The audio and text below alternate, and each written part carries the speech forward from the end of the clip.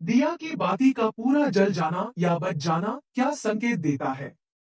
राधे राधे, जय श्री कृष्णा, हर हर महादेव। दोस्तों, आज की यह वीडियो बहुत ही ज्यादा महत्वपूर्ण है। इस वीडियो में हम आपको बताएंगे कि दिया की बाती का पूरा जल जाना या फिर बच जाना आखिर में हमें क्या संकेत देता है। नमस्कार दोस्तों, आज हम आपके लिए बहुत ही ज्यादा महत्वपूर्ण जानकारी लेकर आए हैं जो आपकी पूजा घर, मंदिर और खास अवसरों पर जैसे कि दीपावली, व्रत और अन्य धार्मिक अनुष्ठान में दीपक जलाने से जुड़ी है। क्या आपने कभी ऐसा सोचा होगा या देखा होगा कि जब आप दीपक जलाते हैं तो वह आपके जीवन में कौन कौन से संकेत दे रहे होते हैं?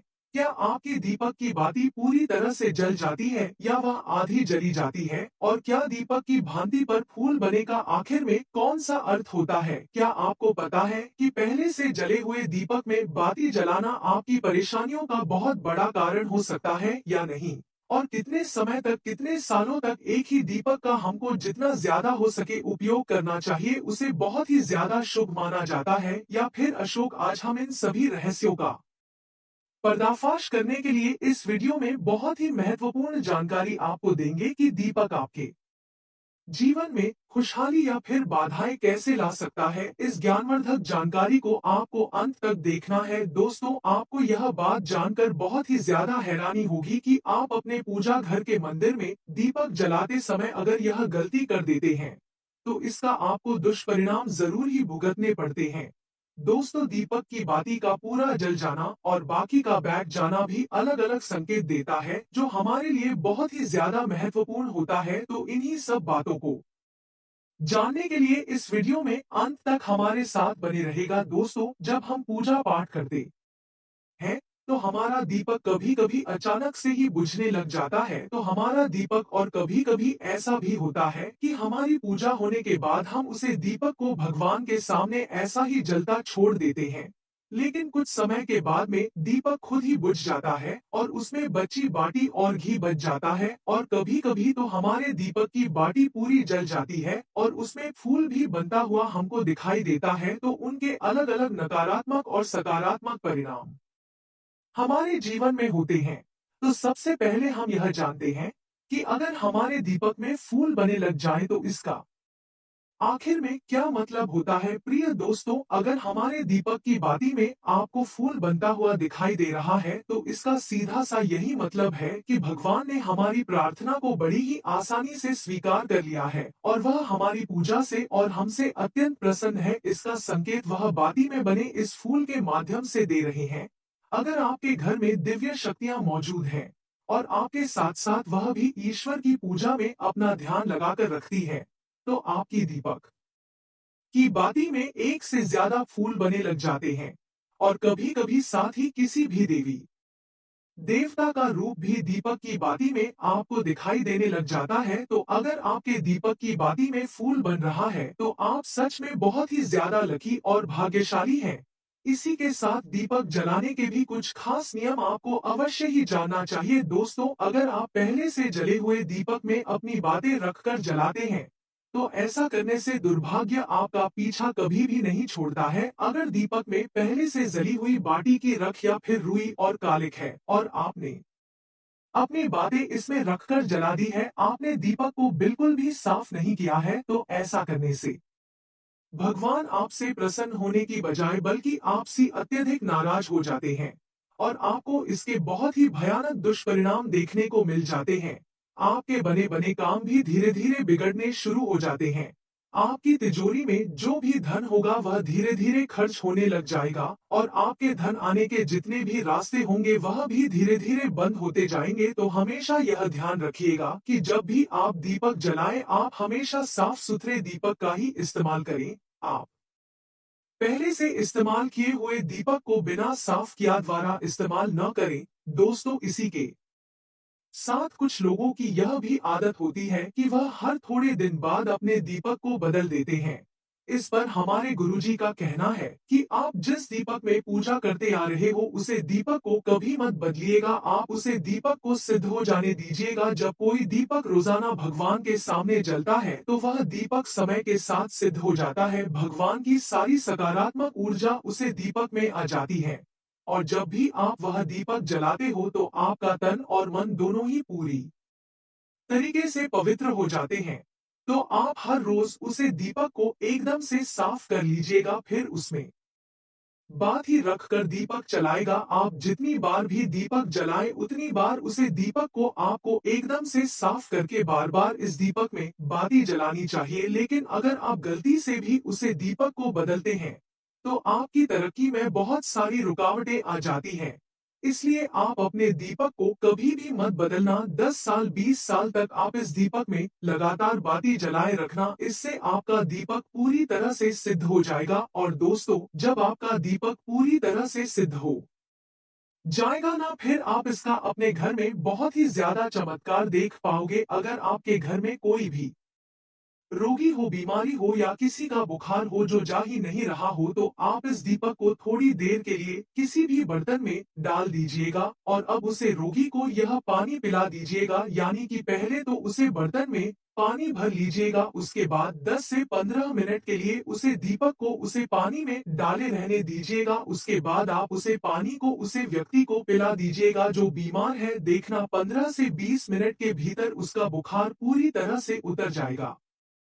वहीं अगर आपके घर में किसी को नजर लग गई हो या फिर आपके व्यापार में किसी की बुरी नजर लग गई हो, आपका काम धंधा पूरी तरह से बंद हो गया हो, आपका काम धंधा चल नहीं रहा हो, तो भी आप इस दीपक को तांबे के बर्तन में पानी भरकर उसमें डालकर रख दीजिएगा और रात भर के लिए उसे पानी में ही उसे दीपक को पड़े रहने दीजिएगा। अगले दिन यानी कि सुबह उसे पानी का छिड़काव अपने घर में और अपनी दुकान में सब जगह कर दीजिएगा। ऐसा करने से आपको एकदम से स्पष्ट परिणाम दिखाई देने लग जाएंगे, क्योंकि जब हम लगातार एक ही वस्तु का प्रयोग अपनी पूजा में करते हैं तो वह वस्तु पूरी तरह से सिद्ध हो जाती है। भगवान की जो भी ऊर्जा होती है वह उसे वस्तु में पूरी तरह से समाहित हो जाती है। तो कभी भी अपने मंदिर के दीपक को बदलने की बिल्कुल भी गलती मत करिएगा। दोस्तों, अगर आपके मंदिर का दीपक टूट जाता है या फिर आपके मंदिर का दीपक खराब हो जाता है या फिर आपकी मंत्र का दीपक खंडित हो जाता है तो आप उसे दीपक को बदल सकते हैं। लेकिन फिर भी आप उसे दीपक को अपने घर से बाहर फेंकने की बिल्कुल भी गलती मत कीजिएगा, बल्कि इसे अपने घर में संभाल कर रखिएगा, क्योंकि यह भगवान की सकारात्मक पूजा का बहुत बड़ा भंडार होता है। वहीं अब आपको यह भी बता देते हैं कि अगर आपके दीपक में भरती पूरी नहीं चल पाती है और आपकी दीपक में घी भी बचा रह जाता है तो इसका क्या परिणाम होता है। सबसे पहले यह देखिए कि अगर आप किसी भी पेड़ पौधे की पूजा कर रहे हैं और पूजा में जलाया हुआ आपका दीपक पूरा नहीं चल पा रहा है या फिर उसमें घी बच रहा है, तो इससे आपके घर में बीमारियां अपना घर बना लेती हैं और यह बीमारी कभी भी आपका पीछा नहीं छोड़ पाती है। तो जब भी आप किसी भी पेड़ पौधे या फिर मंदिर के बाहर किसी भी स्थान पर पूजा करने के लिए जाएं, तो यह ध्यान रखें कि उसकी बातें पूरी तरीके से जल जाएं और उसमें घी भी बचा हुआ ना रह पाए, क्योंकि यह आपकी अच्छी सेहत के लिए बहुत ही अच्छा प्रभाव देगा। वहीं अगर आपके घर के मंदिर में दीपक की बाती पूरी नहीं जल पाती है और पूजा करते समय आपका दीपक बार बार अपने आप बुझ जाता है, तो जरूर आपके घर में नकारात्मक ऊर्जा ने अपना निवास स्थान बना लिया है और यह आपकी पूजा में पूरी तरह से विघ्न डालने का काम कर रही है। यह शक्ति नहीं जा रही है कि आप अपने घर में पूजा पाठ करें। दोस्तों, हमारे घर में अगर कोई बुरी शक्ति अपना निवास स्थान बना लेती है या फिर ऐसी कोई ऊर्जा आ जाती है जो यह नहीं चाहती कि आपके घर में भगवान की कृपा बरसे या फिर आपके घर में सकारात्मक ऊर्जा का भंडार हो, तो यह आपकी पूजा कभी भी सफल नहीं होने देती है। क्योंकि दोस्तों, एक वातावरण में एक ही तरह की ऊर्जा रह पाती है, या तो नकारात्मक ऊर्जा रह पाती है या फिर सकारात्मक ऊर्जा रह पाती है। दोस्तों, जो बुरी शक्तियां होती है ना, वह यह कभी नहीं चाहती कि आपके घर में देवी देवताओं की कृपा बरसे। अगर आपके घर में भगवान ने अपनी कृपा की तो उन बुरी शक्तियों और ऊर्जा का प्रभाव आपके घर से पूरी तरह से खत्म हो जाएगा। इसीलिए यह शक्तियां चाहती है कि आपकी पूजा में रुकावट आए, आपकी पूजा किसी भी तरह से पूरी ना हो पाए और वह शक्तियां इसी वजह से आपकी पूजा में रुकावट लाती है। इन्हीं के प्रभाव से हमारा दीपक बार बार बुझ जाता है या फिर दीपक की बाटी पूरी नहीं चल पाती है। इन सब से बचने के लिए आपको सच्चे मन से भगवान का ध्यान करना होगा जब भी आप दीपक जलाने जाएं, भगवान से प्रार्थना करें कि आपके आसपास जितनी भी नकारात्मक ऊर्जा हो वह आपसे पूरी तरह से दूर हो जाए और भगवान की कृपा आप पर सदैव बनी रहे। ऐसी शक्तियों से बचने के लिए जब भी आप दीपक जलाने जाएं, तो उससे पहले गंगाजल से अपने मंदिर में थोड़ा सा छिड़काव कर लिए और उसके बाद फिर गंगाजल से एक गोल घेरा बना लीजिए और उसे गोल घेरे के अंदर दीपक को रख दीजिए, क्योंकि दोस्तों गंगाजल को बहुत ही ज्यादा पवित्र माना गया है। गंगाजल की हर एक बूंद बहुत ही पवित्र होती है और महादेव का वरदान भी गंगाजल को पूरी तरह से प्राप्त है। गंगाजल में सबसे पहले तो कोई भी बुरी शक्ति कभी भी प्रवेश नहीं कर पाती है, इसीलिए गंगाजल कभी भी वर्षों तक रखा हुआ भी खराब नहीं होता है और हर तरह की ऊर्जा को सकारात्मक ऊर्जा में बदलने की ताकत रखता है। अगर आप गंगाजल से बने गोल घेरे में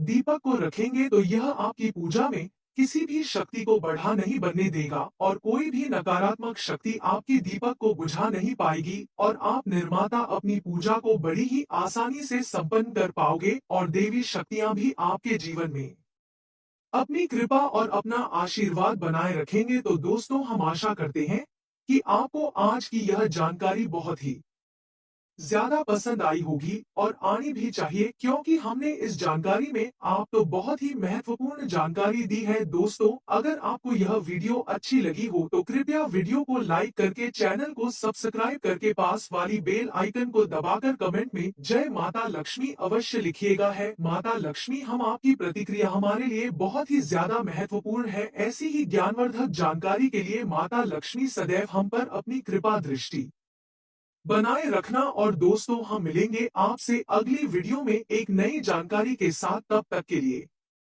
आपका कोटि कोटि धन्यवाद।